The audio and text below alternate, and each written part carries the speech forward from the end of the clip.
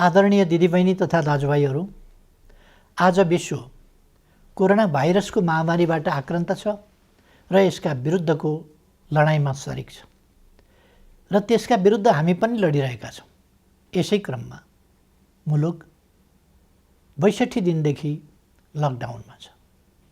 कुनै मानवीय क्षति नहोस् भन्ने हाम्रो अथक प्रयासका बावजुद यसबीचमा नेपालभित्र हाम्रा 3 जना नागरिकको दुःखद निधन भएको छ। उहाँहरूसहित कोरोना भाइरसद्वारा स्वदेश तथा विदेशमा भएको मानवीय क्षतिप्रति दुःख व्यक्त गर्दछु र शोकाकुल परिवारजनमा म गहिरो समवेदना व्यक्त गर्दछु।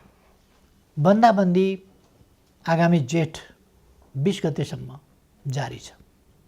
यसले गर्दा हाम्रो समग्र अर्थतन्त्र र सम्पूर्ण देशवासीमा पुग्न गएको अप्ठ्यारोप्रति सरकार गम्भीर र संवेदनशील छ।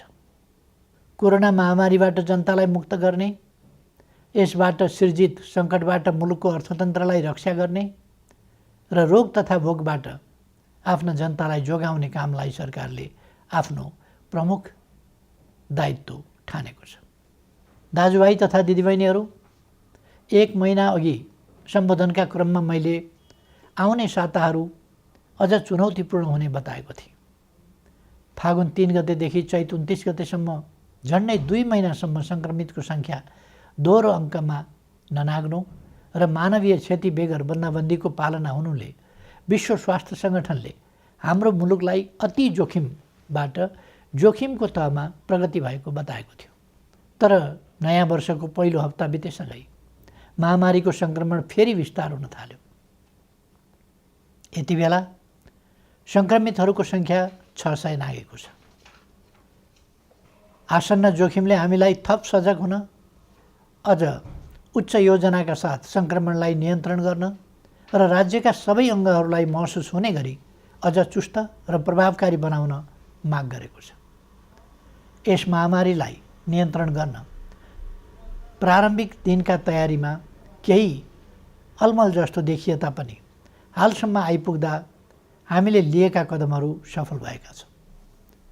लकडाउनले जीवनलाई असहज त बनाएको छ, तर यसले सामाजिक दूरी कायम गर्न, केसहरू पहिचान गर्न, आइसोलेसनमा राख्न र सम्पर्कित व्यक्ति पत्ता लगाउन मद्दत पुर्याएको छ। समयमै गरिएको लकडाउन, अन्तर्राष्ट्रिय सीमा नाका र उडानहरू बन्द गर्ने निर्णय र समयमै तय गरेको अस्पताल सेवा सञ्चालन कार्यविधिको तर्जुमा र कार्यान्वयन लगायतका कदमहरूले महामारीबाट हुन सक्ने डरलाग्दो क्षतिलाई जोगाएको छ। यसबीचमा 2 महिनाका शिशुदेखि 81 वर्षीय वृद्धासम्मलाई निको पार्न सकिनुलाई उपलब्धिका रूपमा लिइनुपर्दछ। यसरी दक्षिण एसियाका कतिपय मुलुकहरूको तुलनामा नेपालमा महामारी नियन्त्रणको स्थिति प्रभावकारी छ, तर त्यो ढुक्क भएर बस्ने स्थितिमा भने छैन। कोरोना विरुद्धको हाम्रो लडाईँ निकै चुनौतीपूर्ण र लामो छ भन्ने यथार्थप्रति सरकार सचेत छ। आपूर्तिका सीमित स्रोत भएका कारण औषधि र स्वास्थ्य उपकरणको खरिदमा सिर्जना भएका केही अप्ठ्याराहरू हल भएका छन्। एकमात्र प्रयोगशालाबाट सुरु भएको कोभिड-19 को परीक्षणलाई 7वटै प्रदेशसम्म विस्तार गर्दै 20 भन्दा बढी प्रयोगशालाबाट अहिले तीव्र बनाइएको छ। परीक्षणको दायरालाई विस्तार गर्न किट तथा औषधिको प्रबन्ध द्रुत गतिमा गरी यसलाई यथाशीघ्र अझै उन्नत बनाइनेछ। विज्ञहरूले दिएको सल्लाह बमोजिम कम्तीमा जनसङ्ख्याको 2% परीक्षण विस्तार गर्ने योजनामा सरकार छ। प्रत्येक स्थानीय तहलाई कोभिड-19सँग जुझ्न सक्ने गरी स्वास्थ्य सुरक्षा, स्वास्थ्य सेवा, आधारभूत वस्तुहरूको आपूर्ति र शान्ति सुव्यवस्था कायम गर्न सक्ने तुल्याउन सङ्घ र प्रदेश बीचको सहकार्यलाई थप प्रभावकारी बनाइनेछ। खास गरी क्वारेन्टाइनको प्रबन्ध, राहत वितरण, आपूर्ति प्रणालीको व्यवस्थापन र अनुगमनमा स्थानीय तहलाई सक्षम पार्ने गरी साझेदारी अघि बढाइनेछ। क्वारेन्टाइनको सङ्ख्या बढाउने र त्यसको स्तरमा पुनरावलोकन गरी व्यापक सुधार गरिनेछ।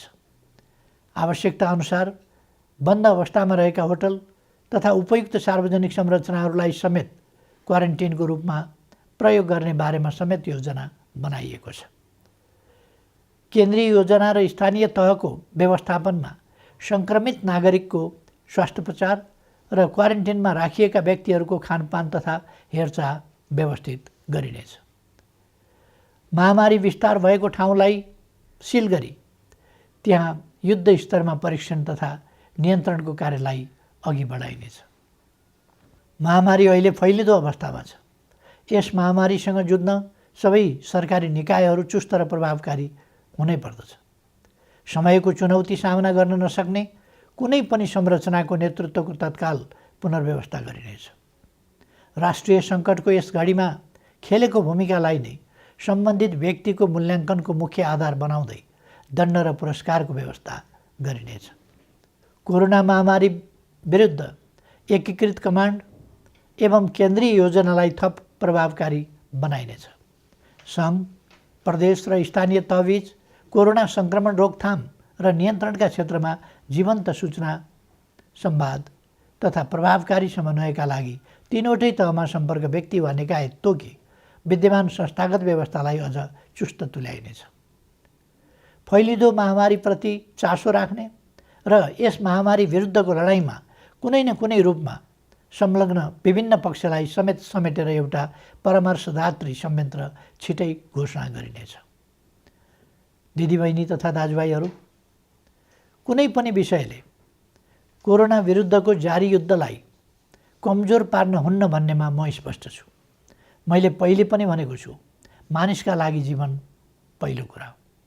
रोग वा भोग केहीबाट पनि हाम्रा देशवासीको जीवन जोखिममा पर्न नदिन सरकार हदैसम्म प्रयत्नशील रहन्छ। यस कार्यमा सरकार सबै देशवासीबाट आजसम्म प्राप्त सहयोगका लागि आभारी छ र आगामी दिनमा थप रचनात्मक सहयोगको अपेक्षा पनि गर्दछ। अहिले मुलुक बाहिर रहेका नेपालीहरूको घर फर्किने क्रम बढेको छ। मैले नेपालीहरूको ठुलो सङ्ख्यामा कार्यरत रहेका मुलुकका सरकार तथा राष्ट्र प्रमुखसँग गम्भीर संवाद गरेको छु। नेपालीहरूको अप्ठ्यारोमा सहयोग गर्न मैले गरेको आग्रहमा उहाँहरूले निश्चिन्त रहन आश्वस्त पार्नु भएको छ। म उहाँहरू सबैलाई धन्यवाद भन्न चाहन्छु। यसका अतिरिक्त कोभिड-19 को विश्वव्यापी सङ्क्रमणको कारणबाट उत्पन्न असहज परिस्थितिमा स्वदेश फर्कनुपर्ने अवस्थामा रहेका नेपालीलाई स्वदेश फर्काउने व्यवस्था सम्बन्धी विस्तृत योजना सहितको आदेश तत्काल जारी गरिनेछ। विश्वका जुनसुकै कुनामा अप्ठ्यारोमा परेका आफ्ना देशवासीहरूलाई सरकारले समयमै उद्धार गर्छ। समस्याको प्राथमिकता र देशभित्रको तयारीका बीच सन्तुलन मिलाउँदै यो काम छिट्टै सुरु गरिनेछ। सरकार आफ्ना नागरिकप्रति संवेदनशील छ। यसमा निश्चिन्त रहन म सबैमा आग्रह गर्दछु। विश्व स्वास्थ्य सङ्गठनको प्रोटोकल अनुरूप घर फर्कनेहरूको सीमा पार गर्नु अघि अनिवार्य परीक्षण हुनुपर्ने थियो, जसले महामारीलाई समुदाय स्तरमा फैलिनबाट धेरै हदसम्म जोगाउन सक्थ्यो। तर छिमेकी मित्र राष्ट्र भारतबाट अधिकांश घर फर्कनेहरू नियमको पालना र परीक्षण बिना नै अनेक कष्ट झेल्दै ठुलो सङ्ख्यामा सीमा पार गरिरहनु भएको छ। परीक्षणको अभावमा महामारी तीव्र गतिमा फैलिनमा यसले पनि योगदान गरिरहेको छ। स्वदेश भित्रिसक्नुभएका दाजुभाइ दिदीबहिनीहरूले छिटो परीक्षण गर्न, सामाजिक दूरी कायम गर्न, सुरक्षित ढङ्गले क्वारेन्टिनमा रहन र अन्य नियमहरूको पालना गर्न जरुरी छ। यस काममा उहाँहरूलाई आवश्यक सहयोग पुर्याउने थप दायित्व स्थानीय तहको काँधमा आइपरेको छ। यस्तै अवस्थामा जनस्तरमा पारस्परिक सहयोगको आवश्यकता हुन्छ। जनताबीचको आपसी सहयोग र सजगतामा मात्रै कोरोना जस्तो महामारीको सङ्क्रमणलाई नियन्त्रण गर्न सकिन्छ। हामी स्पष्ट हुनुपर्दछ, कोही पनि रहरले मात्र विदेशिएको हुँदैन। कोरोना सङ्क्रमण जो कसैलाई पनि हुनसक्छ। कसैले पनि इच्छाले सङ्क्रमण बोकेर फर्किएको पनि हुँदैन। कसैको पनि बोली र व्यवहारबाट घर फर्किएकाहरूको आत्मसम्मानमा चोट नपुगोस् भन्नेमा सचेत रहन म सबै देशवासीहरूलाई आग्रह गर्दछु। घर फर्किएका सबै दिदीबहिनी दाजुभाइहरूलाई आफ्ना कारणले आफ्नो परिवार, छरछिमेक तथा समुदायमा महामारी नफैलियोस् भन्नेमा सतर्क रहन र चिकित्सक तथा प्रशासनको सल्लाह बमोजिम स्वास्थ्य सम्बन्धी अन्य नियमहरूको पालना गर्न अनुरोध गर्दछु। अप्ठ्यारो बेलामा केही तत्त्वहरू जनतामा भ्रम फिजाएर आफ्ना अलग स्वार्थ र उद्देश्यहरू पुरा गर्न सक्रिय हुन सक्दछन्। यसरी जनतालाई भ्रमित गर्दै समाजमा असन्तोष फैलाउन उद्धत गैर जिम्मेवार तत्त्वहरूको बहकावबाट सतर्क रहन समेत आह्वान गर्दछु। विश्वव्यापी प्रवृत्ति र हाम्रो मुलुकमा त्यसको प्रभावलाई हेर्दा यस महामारीको सङ्क्रमण अझै केही अवधि जारी रहने देखिन्छ। समुदायमा सङ्क्रमण थप विस्तार हुन नदिन आवश्यक सावधानीका साथ केही नयाँ कदमहरू चालिनेछ। महामारीका कारण माध्यमिक शिक्षा परीक्षा एसईई सञ्चालन हुनुभन्दा 2 दिन अगाडि स्थगित गर्नु परेको थियो। यो परीक्षा सञ्चालन हुन नसक्दा लाखौँ विद्यार्थी अहिले अन्यलमा छन्। अहिले तत्काल परीक्षा सञ्चालन गर्न सकिने अवस्था पनि विद्यमान छैन। तसर्थ एसईईका परीक्षार्थी विद्यार्थीहरूको सिङ्गो शैक्षिक वर्ष खेर जान नदिन शिक्षा, विज्ञान तथा प्रविधि मन्त्रालयले छिट्टै आवश्यक प्रबन्ध मिलाउनेछ। आवश्यक नीतिगत व्यवस्थासहित मन्त्रालयले भर्चुअल कक्षाको समेत प्रयोग गरी सबै विद्यालयहरूमा नयाँ शैक्षिक वर्ष अन्तर्गतको पठन पाठन सञ्चालनको काम अघि बढाउनेछ। कोरोना भाइरस महामारीको जोखिम न्यून गर्दै आवश्यक आर्थिक क्रियाकलापलाई सुचारू गरिनेछ। सरकारको नीति तथा कार्यक्रममा जोड दिइए अनुरूप खेतीपातीको याम खेर जान नदिन सामाजिक दूरी र आवश्यक परहेजलाई ख्याल गरी कृषि कार्य अघि बढाइनेछ। समुदायमा सङ्क्रमण फैलिन नदिन मानिसको आवागमनलाई आवश्यक मात्रामा सीमित गर्ने गरी प्रशासनिक कडाइलाई भने कायमै राखिनेछ। कोरोना महामारीका कारण थपिन सक्ने गरिबी र बेरोजगारीलाई समाधान गर्न कृषि क्षेत्रको अहम भूमिका हुने कुराप्रति सरकार सचेत छ। ठुलो मात्रामा आधुनिक यन्त्र र प्रविधिको प्रयोग गरी व्यावसायिकीय कृषि उत्पादनको कार्य अपेक्षित मात्रामा हुन नसक्नु, मेहनत तथा लगानी गर्ने उत्पादक र मूल्य तिरेर खरिद गर्ने उपभोक्ताको अहित हुने, तर किसान र उपभोक्ताको बीचमा रहने बिचौलियाले भने अनुचित फाइदा उठाउने जस्ता समस्या कृषि क्षेत्रमा रहेको आजको गम्भीर समस्या हो।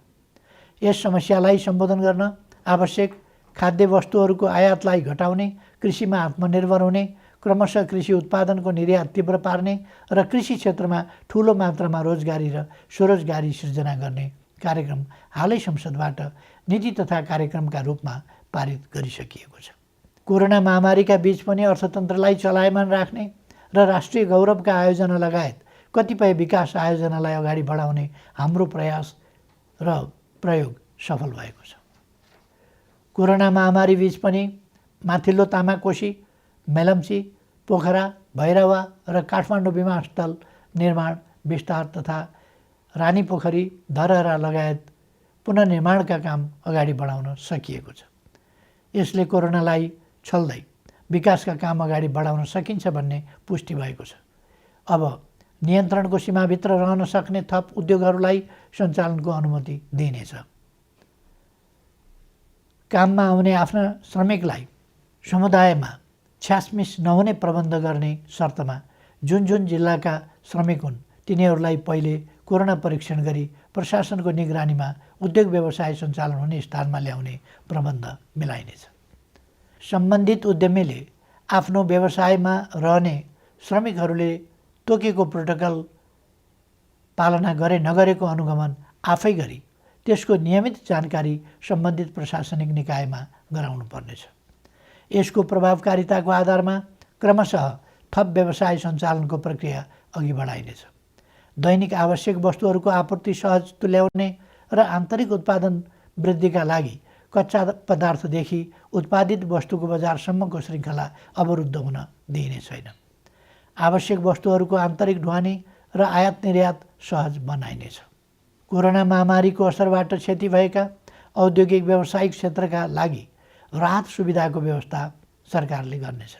यस्ता सुविधामा कर सहुलियत, शुल्क मिनाहा, कर्जाको ब्याज सहुलियत, सहज ऋणको उपलब्धता, एवं विद्युत लगायतका क्षेत्रमा दिइने छुटहरू पर्नेछन्। निजी क्षेत्र सबल नहुँदा अर्थतन्त्र सबल हुन सक्दैन भन्ने यथार्थलाई सरकारले राम्रोसँग बुझेको छ। शिथिल बन्न पुगेको अर्थव्यवस्थालाई दुरुस्त गर्न आवश्यक आर्थिक पुनरुत्थान सम्बन्धी विस्तृत प्रस्ताव अर्थ मन्त्रालयले छुट्टै जारी गर्नेछ। यस अप्ठ्यारो समयमा अपाङ्गता भएका व्यक्ति वा अन्य कसैको पनि राज्यले उपलब्ध गराउँदै आएको सामाजिक सहायतामा कटौती गरिने छैन। सामाजिक सुरक्षाको दायरा फराकिलो पारिनेछ। योगदानमा आधारित सामाजिक सुरक्षा प्रणालीलाई परिमार्जन गरिनेछ। यस प्रणालीमा आबद्ध सबै श्रमिकहरूको सामाजिक सुरक्षा कोषमा गर्नुपर्ने योगदान रकम हाललाई सरकारी कोषबाटै मिलान गरिनेछ। श्रम गर्नै नसक्नेलाई राहत दिउँ, बाँकी सबैलाई काम दिउँ र आर्थिक रूपमा भर्ते गरौँ भन्ने मान्यतामा सरकार दृढ छ। प्रधानमन्त्रीको नेतृत्वमा रहेको प्राकृतिक विपत्ति न्यूनीकरण तथा समस्या समाधान कोष र गृहमन्त्रीको नेतृत्वमा रहेको प्राकृतिक विपत्ति राहत कोषमा समेत रहेको रकमको महत्त्वपूर्ण हिस्सा कोरोना सङ्क्रमण रोकथाम नियन्त्रण तथा उपचार कोषमा हस्तान्तरण गरिनेछ, जसबाट कोरोना रोकथाम नियन्त्रण र उपचारमा थप योगदान पुग्नेछ। यति बेला विदेशमा रोजगारी गुमेर ठुलो सङ्ख्यामा हाम्रा श्रमिकहरू स्वदेश फर्किनु भएको छ।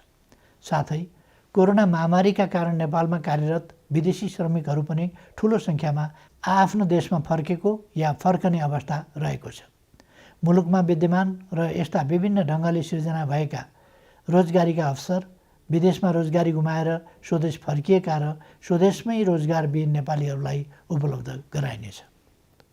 यसका लागि आवश्यक पर्ने उपयुक्त सिप र तालिमको व्यवस्था सरकारले गर्नेछ। कृषि, साना तथा मझौला उद्योग, व्यवसाय, निर्माण तथा सेवा क्षेत्रमा स्वरोजगारी सृजना गरी आत्मनिर्भर अर्थतन्त्रको गन्तव्यमा अघि बढ्ने विषय पहिले नै चर्चा गरिएको छ। सङ्घ, प्रदेश र स्थानीय तहको सहकार्यमा पारिश्रमिक सहितको जनसहभागिता र प्रविधि सहितको श्रममूलक विकास निर्माणका कार्यहरू स्थानीय तहमा सञ्चालन गरिनेछ। प्रधानमन्त्री रोजगार कार्यक्रम अन्तर्गतको रोजगार सेवा केन्द्रलाई श्रम ब्याङ्कको रूपमा अघि बढाई सूचीकृत श्रमिकलाई उपलब्ध रोजगारीमा परिचालन गरिनेछ।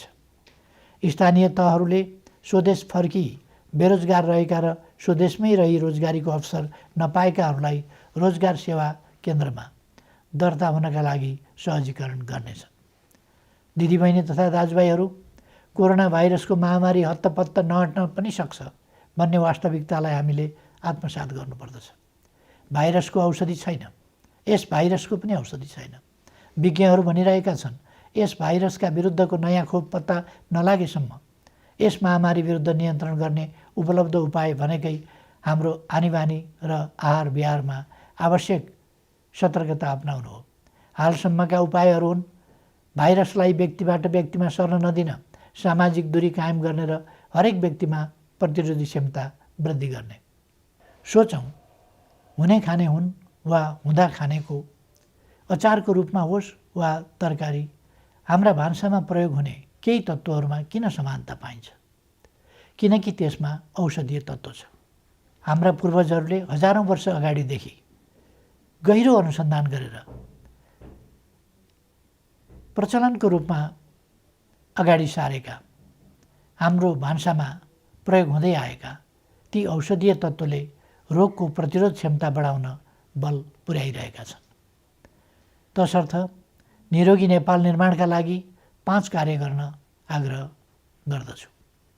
पहिलो, यस महामारीसँग लड्दै निरोगी नेपाल निर्माणमा आफूलाई तयार राख्न उपलब्ध आहारलाई स्वच्छ र सन्तुलित बनाऊ।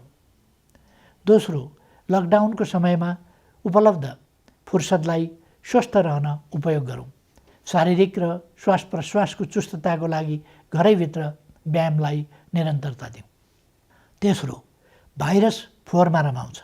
आफ्नो शरीर र वासस्थान दुवैको सरसफाइमा एकदमै ध्यान दिउँ। चौथो, स्वस्थ रहनका लागि पर्याप्त आराम आवश्यक छ, यसमा ध्यान दिउँ। पाँचौँ, उच्च मनोबल कायम राखौँ। भय र त्रास, चिन्ता र आशंकाले रोगव्याधिका विरुद्धको लडाइँमा कमजोर तुल्याउँछ। कोरोना भाइरसबाट जीवन गुमाउनेको सङ्ख्या प्रतिशतमा हेर्ने हो भने हामीले सामान्य ठानेका मौसमी रुगाखोकीबाट मर्नेको भन्दा कम छ भन्ने त तथ्याङ्कले नै बताएको छ। नबोलौँ, हरेक चुनौतीको सामना गरेर नै मानव जाति आजको स्थानमा आइपुगेको हो। मानव जातिले सभ्यताको इतिहासमा असाधारण प्रतिकूलताहरूको सामना गरेको छ। हिमयुग जस्ता अनेक कठिन समय पार गरेको छ। औषधि र अस्पताल नै नभएको बेलामा समेत अनेकन महामारीहरूको सामना गरेर अघि बढेको छ। मैले पहिले पनि चर्चा गरेको छु, चुनौतीको सामना गर्ने, लडेको ठाउँबाट धुलो टकटकाउँदै उठ्ने र अघि बढ्ने नेपालीको चरित्र हो। हाम्रो आनीबानी र खानपिन ठिक हुँदा हामी जोगिन्छौँ र कोरोनालाई पराजित गर्न सक्छौँ। त्यसैले सकारात्मक सोच राखौँ। सरकारले यसलाई निरोगी नेपाल निर्माण अभियान भनेको छ। निरोगी नेपाल निर्माणलाई मूल स्वास्थ्य नीति बनाएको छ। प्रकृति मैत्री स्वच्छ जीवन प्रणाली प्रवर्धन गरी नेपालीको रोग प्रतिरोधी क्षमता वृद्धि गर्न निरोधात्मक कार्यक्रम सञ्चालन गर्ने नीति अघि सारिएको छ। हाल कोरोना महामारी विरुद्ध सबै सामर्थ्य लगाउने र कोरोना मुक्त नेपालको स्वास्थ्य सेवामा प्रतिरोधात्मक र उपचारात्मक विधि अवलम्बन गर्न सरकार प्रतिबद्ध छ। नेपालीहरूको मनोबल उच्च छ र प्रतिरोध क्षमता पनि असाधारण छ। यस महामारीलाई सरकारले अघि सारेका विभिन्न उपायहरूसहित आफ्नो उच्च मनोबल र प्रतिरोध क्षमताका साथ पराजित गर्नेछौँ भन्ने मैले विश्वास लिएको छु। सबैमा सुस्वास्थ्यको कामना गर्दछु। धन्यवाद।